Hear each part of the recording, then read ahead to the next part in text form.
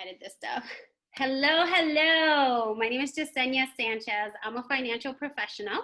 I help people save money and make money. And today we are actually going to be talking to Sabrina Zervos. Did I say it correctly, Sabrina? Zervos. Zervos. Zervos. I was afraid I was going to say it wrong. Zervos. Because this is October is actually Breast Cancer Awareness Month, and she's going to share her personal story with us. And I'll be asking her some questions as well. But I had asked her probably a couple of weeks ago if she would be willing to kind of share her story and her experience and things to help people understand what it's like and to be more aware of the breast cancer. But we'll get more into that. But yes, we were supposed to do this probably 2 weeks ago, but with her crazy busy Hey, schedule, we're here now. yes, exactly. So she has two sons, one who is an adult, and the other one is, how old is Aiden again? He's 12. 12. Okay. And then a husband, and they live in St. Cloud, Florida, and I'm in Orlando, Florida. So I'm super excited. So I do want you to kind of share like your experience, like how, like just start talking about your story, as far as like how old you were, how did you find out? And Well, basically started when I was 35 years old. It was just about 3 months before my 36th birthday. And there's no way to put it, but I just kind of had a feeling when I woke up and felt pain in my right breast. So I decided that I had an overwhelming feeling to get it checked. At this point, we really didn't have too much of a family history. We do have my great grandmother who died of ovarian cancer, but we don't know all of the family members like that to know that we really didn't have a very high family history. So with that said, when I went to the doctor, she wasn't very forthcoming to giving me a mammogram. She said I was too young. It couldn't have been cancer because cancer doesn't hurt. She said, she could do one for me if I would like, but she didn't feel concerned enough to do it. Like she would have been okay with me waiting. But I wasn't okay with that. I wanted to hear that it was a no. I wanted to check it. I for some reason, I needed to hear that the outcome or the results were that everything was benign, but that did not happen. So I went in for a mammogram. I'm sorry to interrupt you, but did she tell you that cancer doesn't hurt? Oh, yeah. There are some of them that say that because technically you don't know you have cancer until you're about at stage 3 or 4. And depending which cancer it is, when it starts to hurt, basically, or when it starts to become something, it's already in the later stages. Usually when you go to stage 0, stage 1, stage 2, you don't always feel something. It's not painful. Okay. So technically, you're not supposed to feel pain, especially in the beginning. So part of what she was saying is correct. Okay. So, but I still couldn't shake the overwhelming feeling to get checked. So sure enough, we went back and forth, and I did not leave until I got a referral to have a mammogram. So I would say the mammogram was about 2 weeks later. So I went to have the mammogram, and at the mammogram place, it was funny because there was other women there. One of them whom I worked with, I didn't really know her, but I worked with her, and she got her results instantly. So sitting there waiting for them to give you your results, but they're not quite giving you your results. They're taking second scans, and that's when you start to worry. Like, why are they not telling me my result? They told her results. She's gone. She got here after me. So why are they not telling me my results? The results are they saw something suspicious, so they want me to have a biopsy. Now, at this point, I didn't know anything about cancer, so I started to Google things like anyone else would. And I found that out of 1 in 4 biopsies, you had cancer. 1 in 4.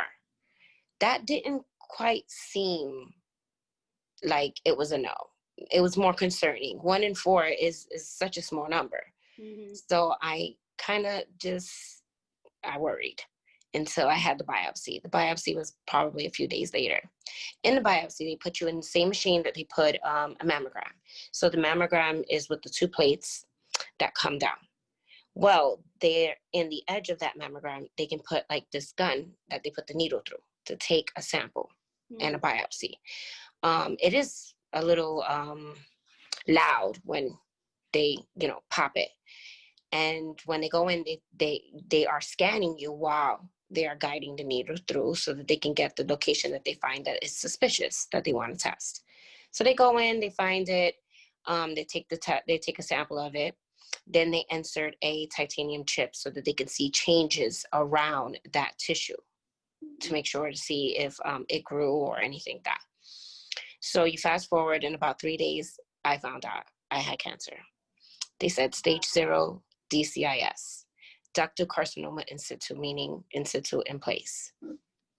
Ductal carcinoma is considered stage 0. So you still think maybe it's not a concern, but what people don't understand is even in early stages, they treat it just as strongly and just as harshly as if you had stage 1, stage 2, stage 3.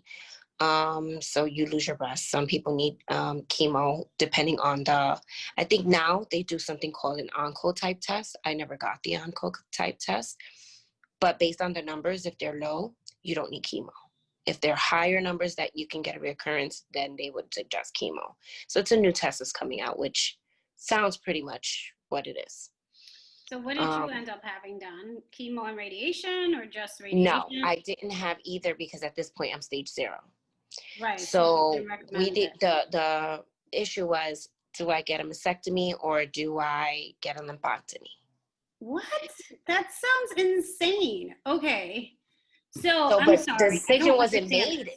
Huh? No, the decision wasn't made there, because you can do a lumpectomy where they take a portion off, only just a portion, and they clear the margins, and you don't really have to remove anything, just breast tissue.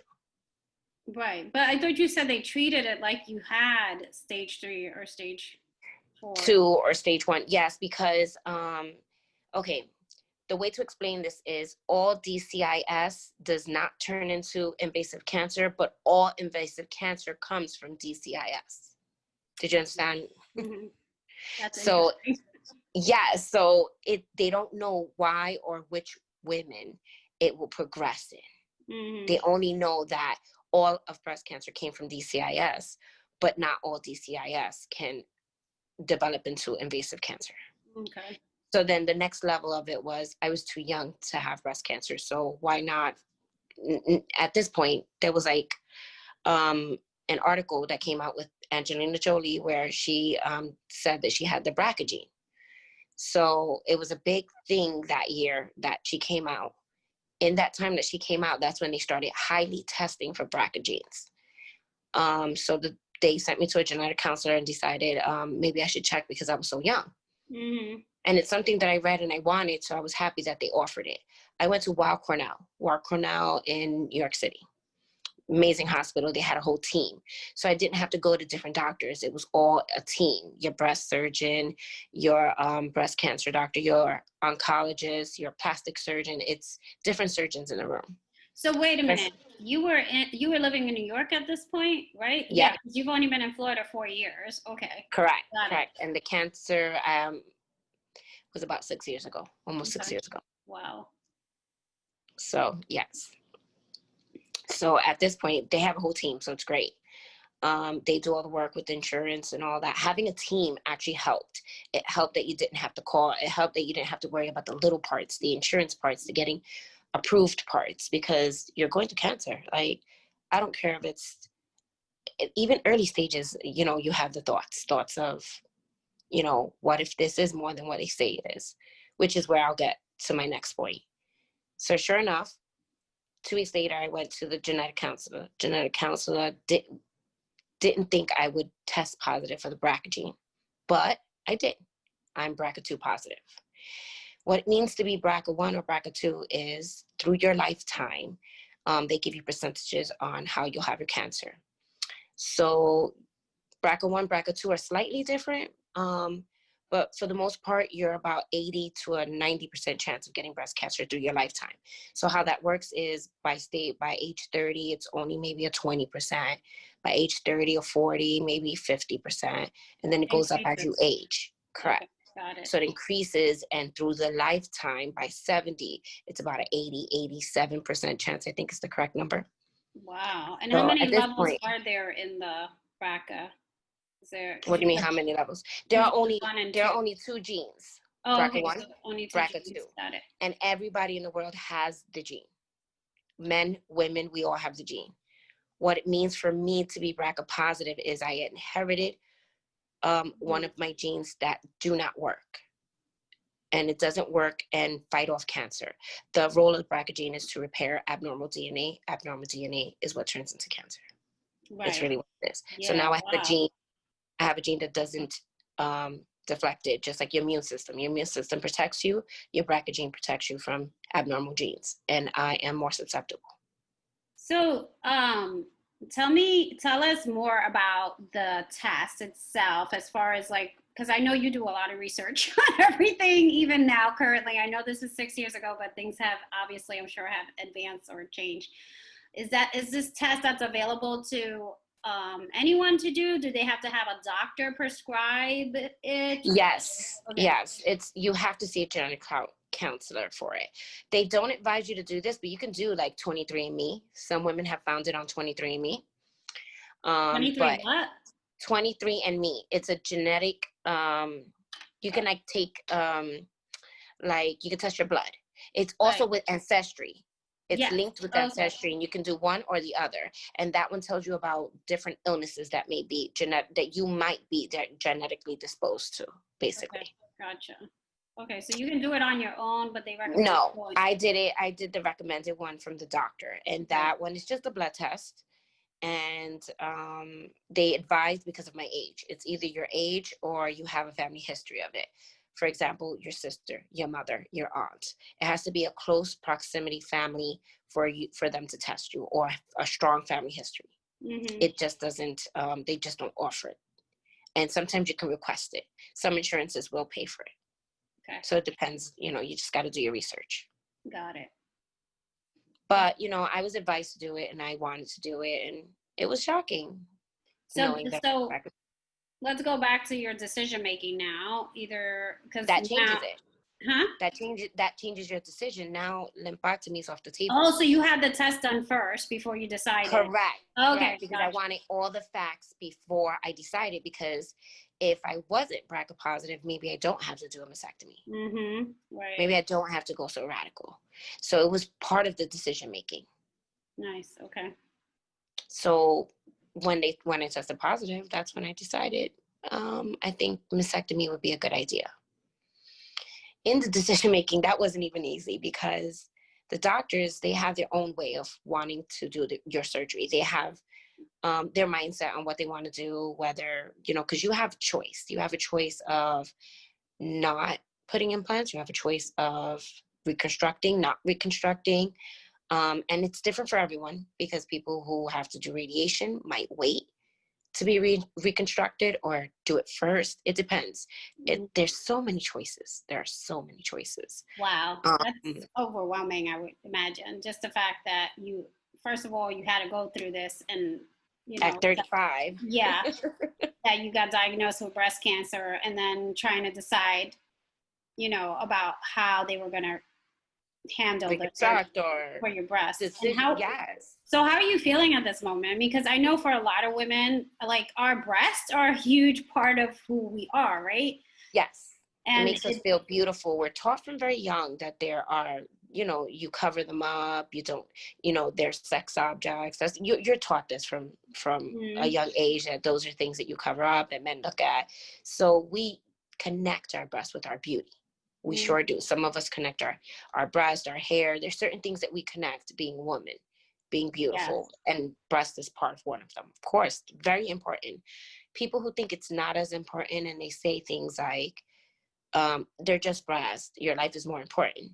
While you are correct, you don't understand the ramifications until you go through it, when it is ripped away from you, when it is not your decision to do it, when it's out of your hands, and it's either life or your breast. So yeah, the decision is easy, and I wouldn't say easy, but you have to make the decision. But no part of it is easy. No part of it. Just because you're sick doesn't mean it's an easier decision to just get your breast Right. removed. No. Yeah. No, by no means. And Yeah. imagine how harder it is for the BRCA women who their mother have died at young ages, and they're deciding to do preventative mastectomies, because I know people who have done Wow. preventative. Mhm. Imagine not being sick and deciding to, it's like you're removing a part of your body. Mhm. You're having it removed, and it doesn't feel the same ever again. Never ever again would it ever feel the same. It's not the same feelings. It's Did you not. cry a lot, Sabrina, through that Of process? course, wouldn't. Of course I did. Come on. Even though I joked, I remember a friend Yes, coming because I over. know you love making jokes Yes, and you're very I had. positive in life. Oh my God, I had a friend that came over, and I remember I was crying so much over the last few weeks that I was at a point where I didn't want to cry anymore. So a friend came over, and I'm telling her my story, and she's literally like just bawling. And I'm like, you want to have a shot? Because she's like, why are you not bawling? I said, because I cried enough. I don't want to cry right now. Yeah. I'm done. So you do go through it. You go through these phases. It's really weird how these phases happen, but they're phases, and nonetheless, everyone has their own journey. This is how my journey fell out, but not Right. everyone has the same journey. Yeah. It depends how you feel, who's your support. If you have financial difficulties, all of this ties into breast cancer, all of it. Mhm. Not being prepared or being prepared. Luckily, I was at a company that gave me short-term disability. If I needed to be home for 6 months, I got paid. There are companies that offer where you buy in, where it's only about $7 more a month or $7 more paycheck to buy in from 60% to 70%. Well, when you go through this, you don't realize you can get it so young. So when you're not prepared, you don't buy into things like this. You don't have life insurance. You don't have any of these prepared. So what do you go and what do you do? It becomes much difficult for a breast cancer or any person with cancer. If I can't work, what am I going to do? Who's going to Right. support me? Where am I going to live? Do you have enough support? It becomes a lot of decisions, or when it all comes crashing down on you. Yeah. And you have to decide. Thank God for me, I had my husband who was my support system, my children who were my support system.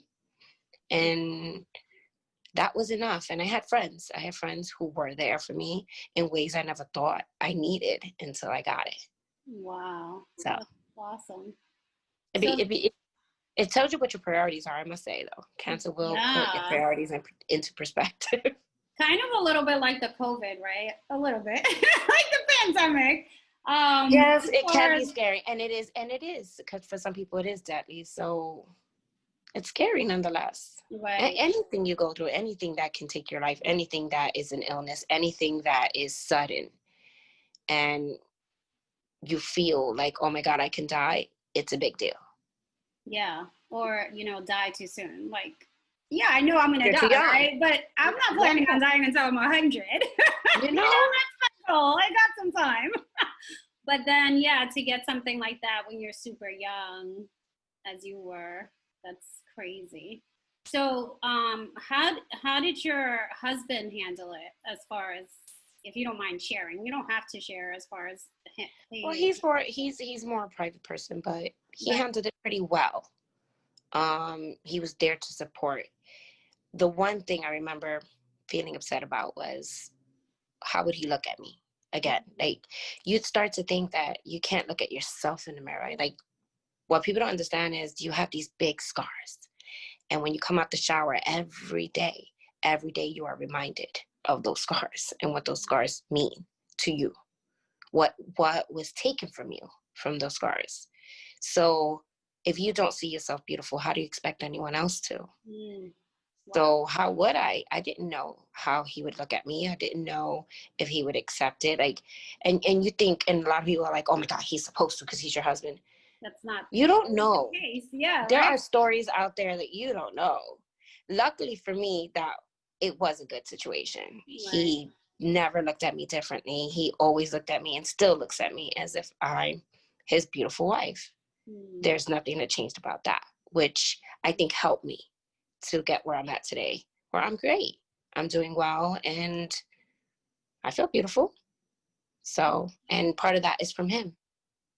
So, Well, sweet. I love it. Men should understand that they play a vital role in your healing process. They play a vital role of being supportive. You know, I've heard stories or read stories at night, because when you stay up at night, you just Google and Google and Google. You hear the stories, you read the stories, and you hear about men who call their women ugly after breast cancer, or they leave, or they cheat. Do you know what that does to that woman? She's trying to fight for her life, and you just gave her a different level of stress while she was sick that she had to deal with. And I understand how hard it is. So I can't say it was easy for them either. It's just as hard for the men. We forget that the people around us go through it just as much as we go through it. Right. So speaking of which, what about your kids at this point? I mean, your oldest he was still at home at this point, right? Because I think he's in his early 20s? Yeah, he was about 16, 17. Yeah, and then Aiden is he was about 5, I think. 5. About 4 or 5 years old. So maybe he didn't really understand it, but how? He didn't, but he wanted to help. He knew mommy was hurt, or I couldn't walk, or I couldn't move my arms. When you have a mastectomy, you can't wash your hair. You can't brush your teeth.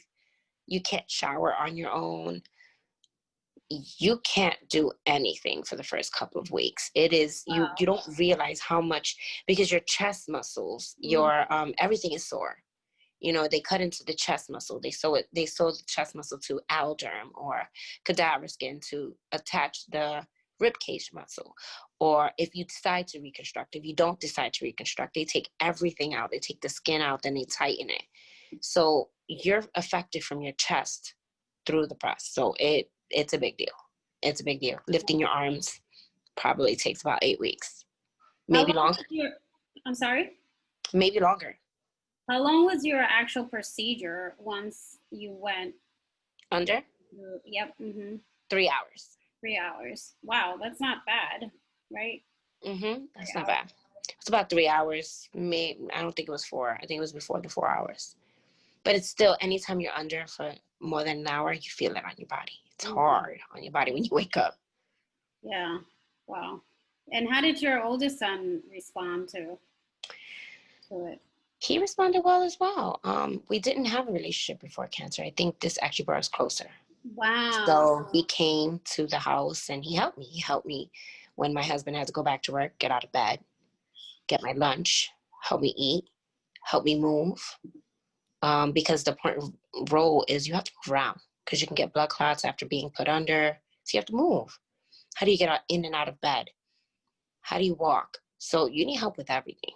You literally need help with everything. And you don't realize how immobile you are until you can't move. Right. So he actually stepped up and helped me. Yeah, and that must be a really, because I know you're like a powerhouse woman. I don't like people to see me hurt and know. No, exactly. And being so vulnerable and relying on other people. That must have been. Oh, that's hard. That's hard when you're used to being, doing the things yourself, cleaning your house, something as simple as that, washing your hair, something as simple as that.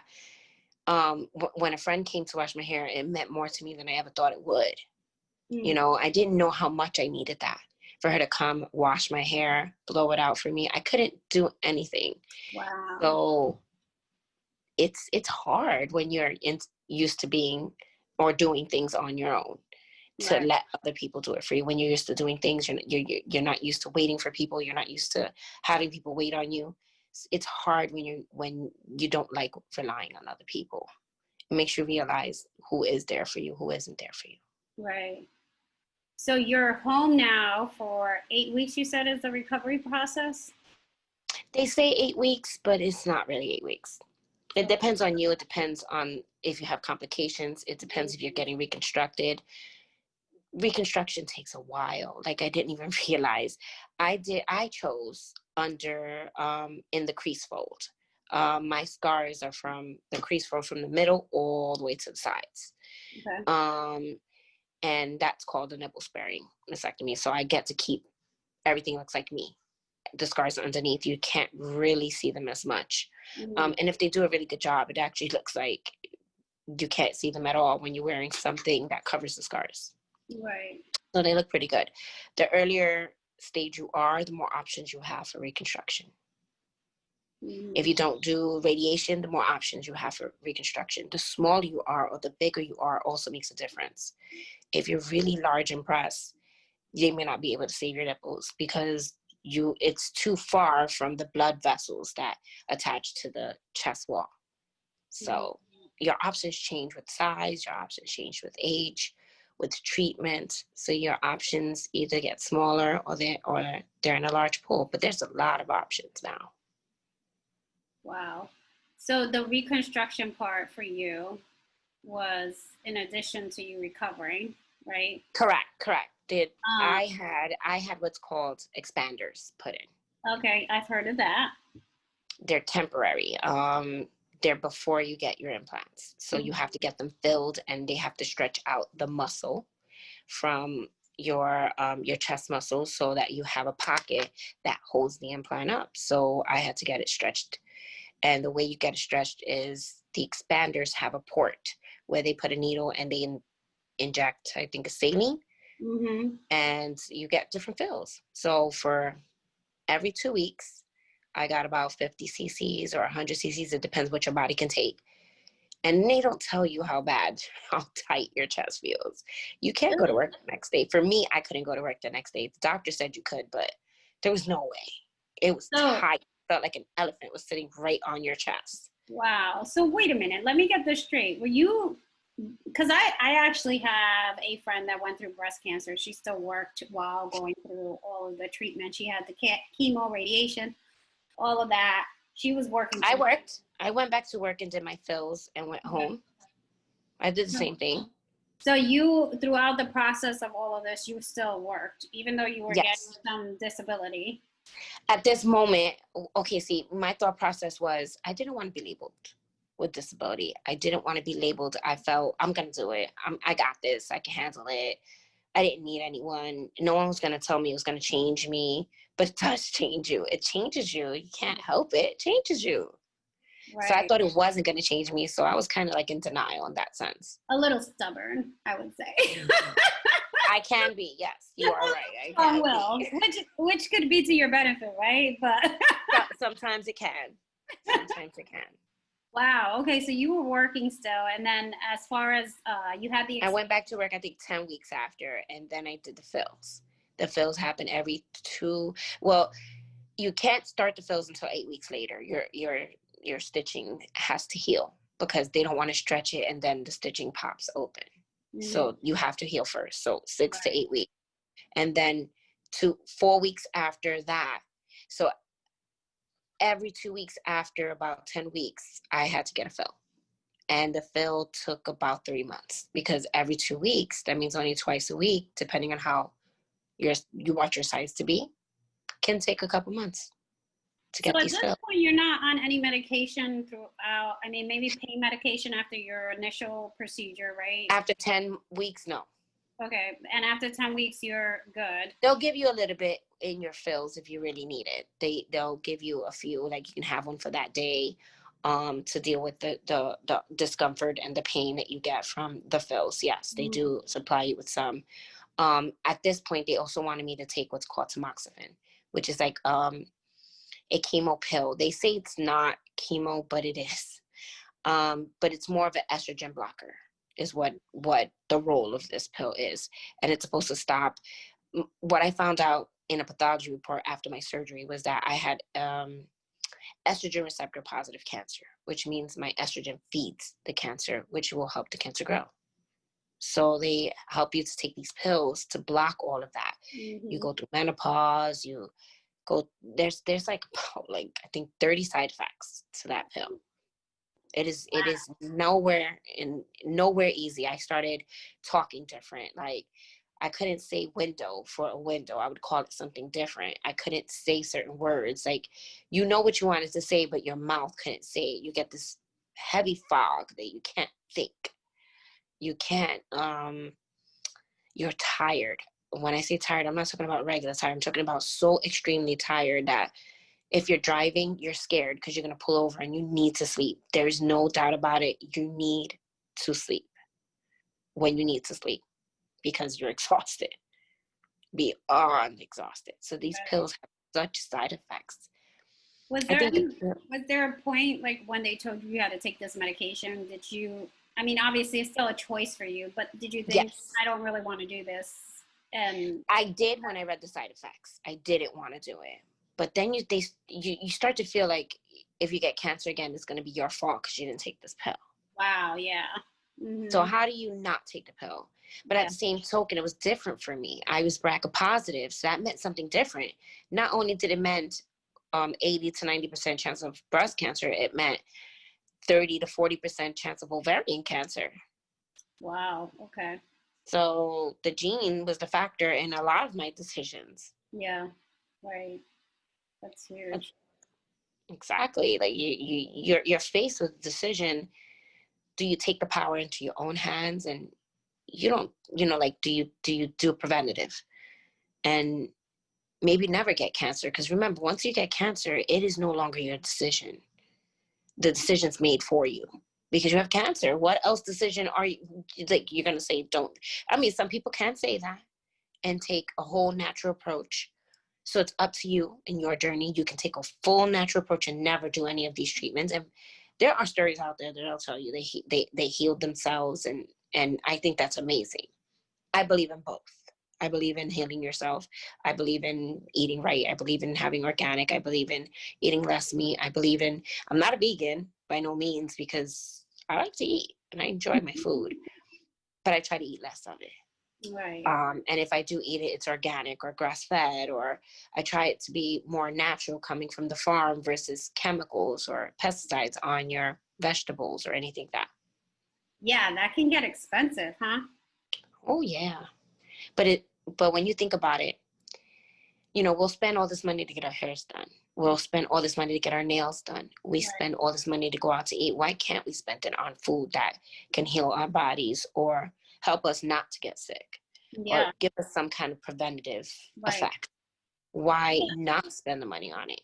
Yeah, and I'm actually a huge believer of self-healing as well. However, I also know that there really isn't anything that's 100% guaranteed. No, not So, even these pills. And but the pills, when I talk to people about, like, because I eat mostly plant-based or vegan and things like that, they're like, "Oh my gosh, that's terrible." Some people have that perspective. yes. But my perspective is, I'm I'm doing my job as much as possible to take care of myself. So that way I can prevent as much as I can, right? But I It also makes you feel know, good. yeah, and it makes me feel good, obviously. It makes me get really good skin too, but that's my esthetician as That's a bonus. and good genes, right? But no, I think so. Why wouldn't I take responsibility for my own self care, right? And a lot of people don't do that, and um, Sometimes unfortunately, you wait till after you get sick. right, Sometimes it takes something serious to happen right, for you to realize exactly. it. Yeah, and it's sad, and for some people, it doesn't, like, you could get sick and still like get back. Like, I I don't know if I shared this with you, but one of my friends who did have breast cancer, she went back to doing the same thing after her radiation and her treatments and everything. And Some can, a year or yes. two, and she went back to doing the same stuff again, and then ended up getting it again.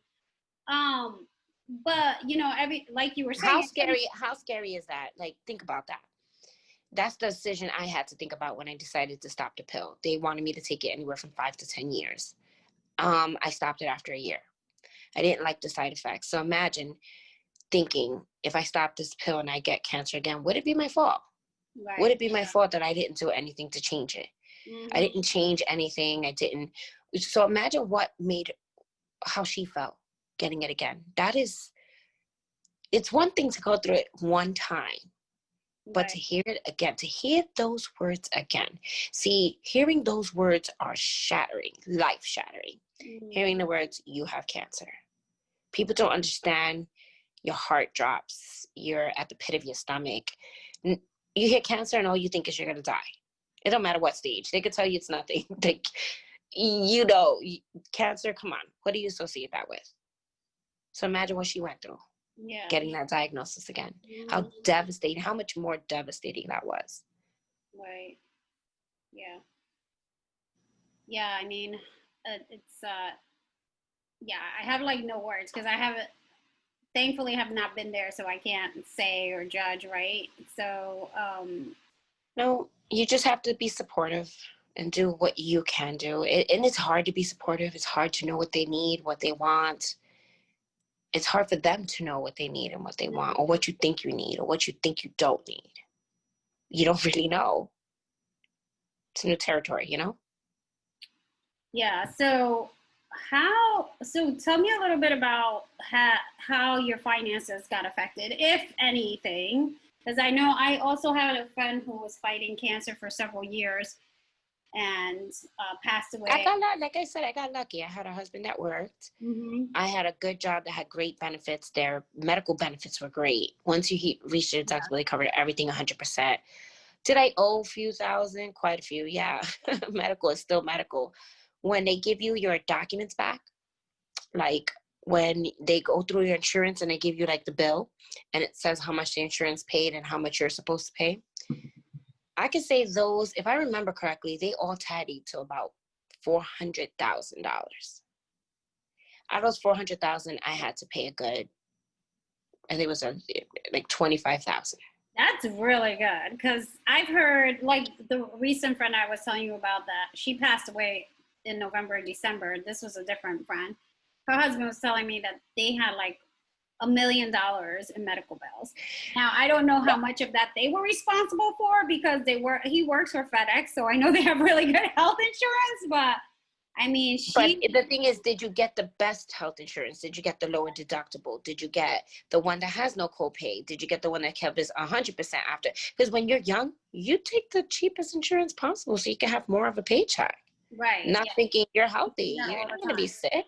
Yeah, absolutely. I see that all the Right. time. I mean, you're thinking, this stuff isn't going to happen to me. I thought I was in the prime of my life. Why would I think I was getting sick? I was working Yeah, out. I was in the best shape of my life. And that's why it was weird. All my family was like, you got cancer? Because I'm the one who eats the best. I'm the one who looks for what I eat. I wasn't organic per se. And I was juicing and stuff like that. That I was doing. But I wasn't like organic, nor was I was still eating lots of red meat. That's the one thing I don't do, is I don't eat a lot of red meat at all. I'm lucky if I eat it once or twice a year. I try to stay back and just do things minimally. Everything in moderation is always best, in my opinion, if you don't want to give it up, that is. So moderation. you obviously you changed your diet, right? Because yeah, tell me, share your story about how you go shopping for organic food with your family, and I find it so funny. How they always sneaking things in the cart and like Yes. cookies and things that are not organic and cakes and honey buns or something like that. We're always like, we get to the front and I'm like, how did this get in the cart? And they're Right. like, but come on, we can't eat everything organic. Come on, mom. Come on. Let me eat this and let me eat that. So I'm always joking with them. And the cashier is always like looking at us and she's laughing because I'm like, but okay, fine, you can get that, but not that. And they're like, but come on. So it's always an issue. But sometimes you give in a little. I mean, again, everything in moderation. Right, exactly. So I know I had shared with you about life insurance and living benefits probably a while ago.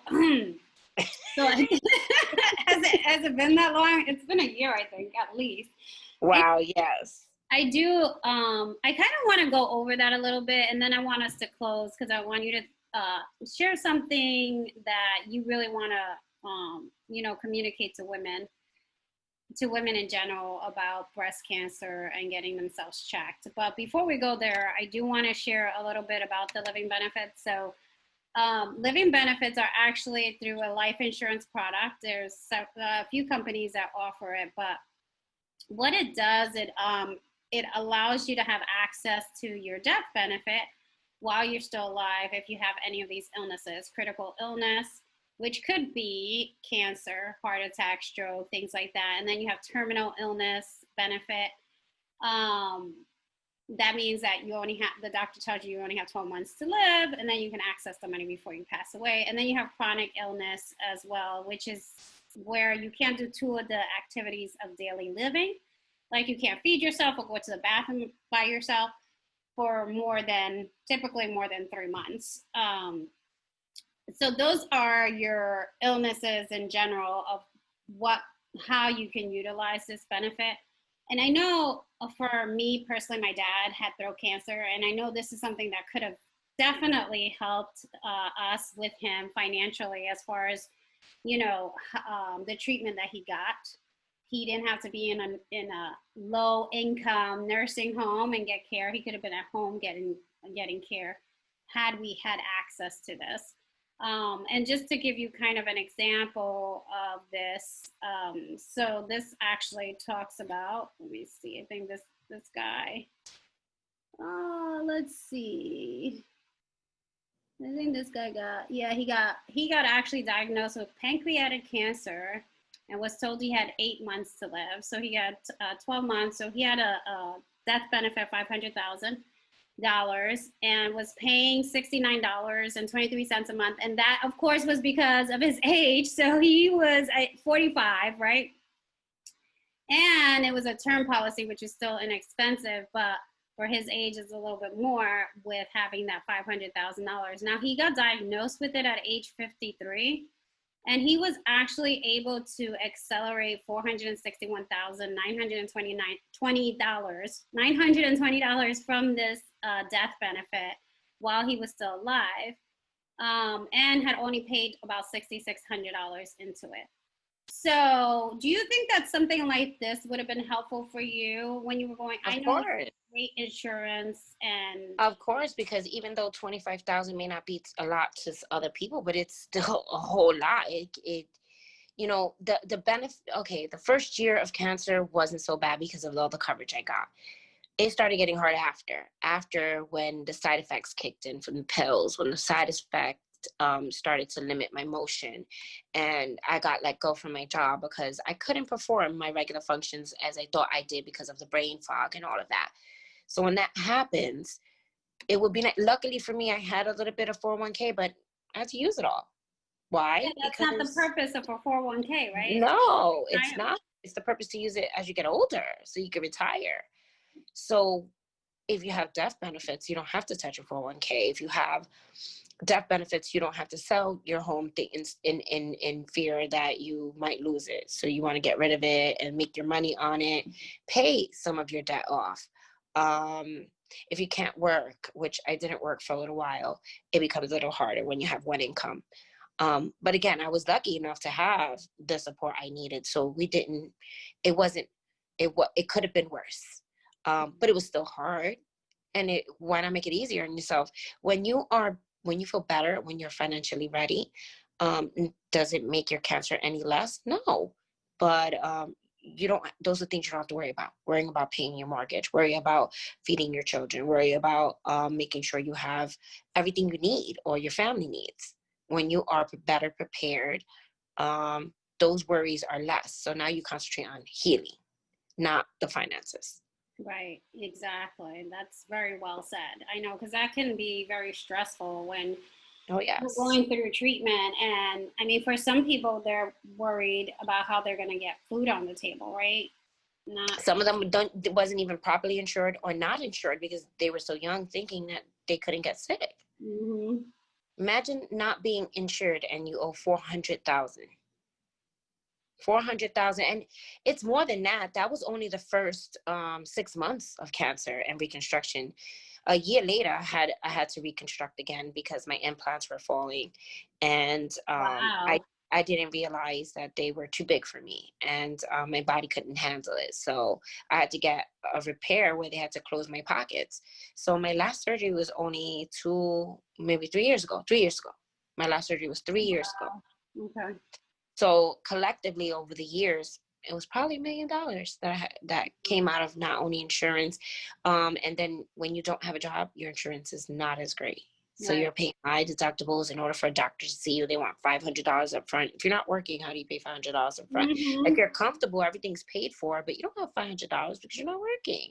Right. So if you're comfortable paying all your bills, what about when these hiccups or surprises come up? You have to be prepared for them. It's not easy.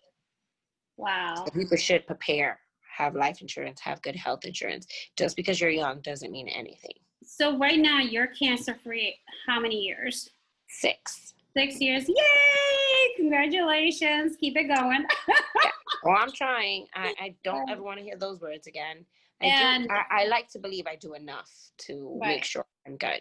And I know we've talked about life insurance. So for you getting life insurance, I know it's a lot harder too for people who get cancer, who get diagnosed with cancer. If you don't have life insurance before you get cancer, some policies are so high in price, or you have to wait 10 years being cancer free to even get accepted.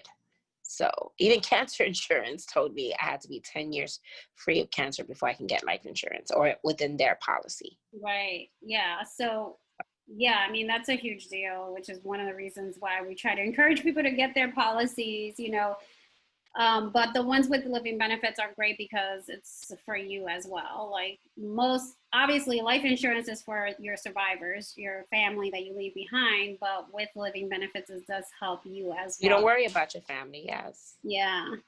So, so what's one thing or a couple of things that you want to share to actually kind of to suggest to other women about breast cancer awareness? First and foremost is pay attention to your body. Know your body, so that when you see changes, you know when you need to see the doctor. A lot of times we don't pay attention to our bodies. We're not aware of everything in our bodies, so we don't see the changes fast enough. Our bodies will tell us or will show us certain changes if we just pay attention. And once you pay attention, or you get that feeling, maybe I should get checked. What's the harm in getting checked? You might just no, you're all clear. So let me tell you a story. I know somebody who I haven't seen in family member. I won't say it is because it's her story, so I don't really need to say who she is. But she came to my house not knowing that I had cancer, because we didn't see each other for years. Family, it don't matter if you're family, long family, closer in family, life happens when you get older. You move away to different states, you live your life. So I told her, yeah, I had cancer, and she was telling me she was over 40 and never had a mammogram. I was like, no, you better go get a mammogram. And I would harass her, like 2 months later, did you get your mammogram? And she was like, no. I'm like, well, you need to get your mammogram. And what happened was, from a few months later, she got a mammogram, had to get a biopsy, and she was stage 2. Wow. She was stage 2. So you connect that way. And she really was like, wow, if I didn't get checked sooner, what would have happened? Or if I would have waited too late. Right. Imagine, my doctor told me not to get the mammogram right then and there. She said I could wait till 40, because lots of health insurance, if you don't have a family history, tell you to wait till 40 to get a mammogram. Right. Yeah, that's true. I was 35. If I would have waited till 40, what if that would have 5 years? My lives? Yeah, that's crazy. And yeah, I was diagnosed with stage 0 DCIS, but after I had my surgery, a pathology report reveals I had 5 cancers, and I was stage 1. That did not show up on mammogram or an MRI or a sonogram. So they didn't even see it because it hides behind tissue. So they didn't even see that I had 5 different cancers. Right. And now that brings me up to stage 1, and I had invasive. I had 0.2 centimeters of invasive cancer. I had invasive ductal carcinoma, which is IDC. I had LCIS, which is lobar carcinoma in situ. I had atypical ductal hypoplasmia. You have to learn all these terminologies. Like, what? So things can hide. So sometimes if you get that feeling, just go get checked. Check yourself. If you Google how to check, there are mobile mammogram places that if you don't have insurance, or if you're going through a hard time at that time, you can Google that, especially in the month of October, they give these free mammograms or mammograms for $10, $20, yes, a mobile mammogram. Awesome. I love so there's lots of, don't say, oh, I can't afford it, or what if I can't, or you're too scared to see what it is. Yeah, I'll tell you really quick, Sabrina, like I had some like abnormal stuff years ago, probably maybe 5 or 6 years ago. It was scary, obviously, but my gynecologist was awesome, having me go and get myself checked like 3 months later, and even like a year later, just to make sure. 6 months later, I can't remember, but yeah, everything is fine. And then I went 2 years without going to get checked. And then I finally, I was gonna go, and now I'm older, right? So it's like, oh my gosh, I'm sure Life does happen, and in the yeah, blink of an eye, years pass. it's scary, but it's scary though when you're thinking, okay, what if something comes up, right? I mean, that I'm sure a lot of women are like that. Getting the test, waiting a couple days to hear the results. Right. I think that's one of my biggest issues. Like every time I go for a test, I'm very uncomfortable. Once you hear you have something or they find something, every single test you get after that, it's almost like you relive it. You're like, oh my God, wow. is it this time that it's going to come back? Oh my God. Oh my God. And you get all worked up and then it comes back clear. Yeah. So imagine, even if you're healthy, you're like, oh my God, what if it's me? Oh my God. Like, you start to think, what are my results? So right. Yeah, it's hard. You worry a lot, but you shouldn't all the time. How is your family member doing? Is she better? Is she good? Oh yeah, she's good. She's working. She's doing what she has to do. Living life. She's healthy. So She had a reconstruction. She's cancer free. Okay. A few years now. Oh, that's really good. So and I had another person. So imagine I believe that you should tell your story if you haven't told your story already, for those who have had a cancer, but you have to be ready for it. And that's true, right? If it takes 1 year, if it takes 6 months, if it takes 5 years, it's as long as you need. Mm-hmm. And when it's your story, you say it when you are ready to say it. Wow. So going back to what you were talking about, the mammograms, I know here in Orlando, there is Advent Health does provide, and I'll share the link too as well. But they do provide a discount mammogram, $30 in 30 minutes. I think it's a special kind of mammogram though, but there are free mammograms available through nationalbreastcancer.org. And like you said, the month of October, they do provide either a huge discount or they're free. I know I did that a few years ago. I didn't even realize that that's why I was getting it for free, but that was nice. And then also, I kind of want to do like a little reminder to everybody who doesn't know, or maybe it's coming up. It's National No Bra Day on October 13th, which is coming up next week, and I'm really excited about that. It's actually it helps National No Bra Day. It's to promote breast cancer awareness. It also helps raise money for research. Many women who have survived breast cancer are unable to go without a bra, as they need it to hold their prosthesis after surgery, which is really interesting. But I think this is an awesome way for us to support each other as women to not wear a bra on that day in awareness of breast cancer. And do you have any thoughts on that? Are you going to go braless? I don't wear a lot of bras to begin with, but I have to for certain situations. You go to work, you have to wear one. But I wear things without wires or anything like that. So after you've had breast cancer, it's bothersome. So you don't wear a lot of stuff that has wires, or you wear more of a sports bra type of situation. So of course, like I don't like wearing them if I don't have to. Yeah, I feel the same way too. Why? I just want to thank you so much, Sabrina, for taking time out of your extremely busy schedule away from your family. We have kids. Yes, away from your family to talk and share your story. And I'm super excited for people to hear your story and hopefully encourage people, well, especially women, because especially women, but men can get breast cancer too. But it helped to encourage people, women specifically, to go out, get checked, checked, and to do their breast self-examination too. I know it's a pain, but it only takes a couple of minutes to do. I You can have do a it in the shower. You yeah, can do it in I the was just shower. A gonna lot say of that times. I have a sign in my shower that reminds me. And there's apps that can remind you as well to Mhm. do your breast self-examination. But like Sabrina said, if something doesn't feel right, get yourself checked and Don't don't wait. Just check it. yeah, Just in case, check it. and don't always listen to the doctor, right? Like Sabrina, I mean, her doctor wanted her to wait to do a mammogram.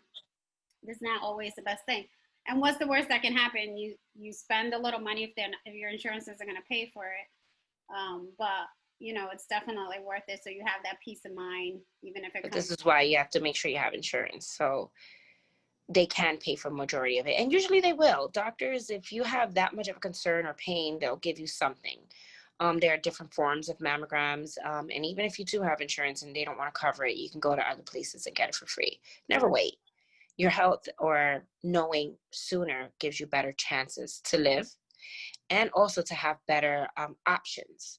When you wait too late, the options are less. So it's always good if it is something you find it early enough so that you can take care of it and move on with your life. Right. Thank you so much, Sabrina. I love you. I appreciate you so much. Bye. You know, I love for you too. You know that.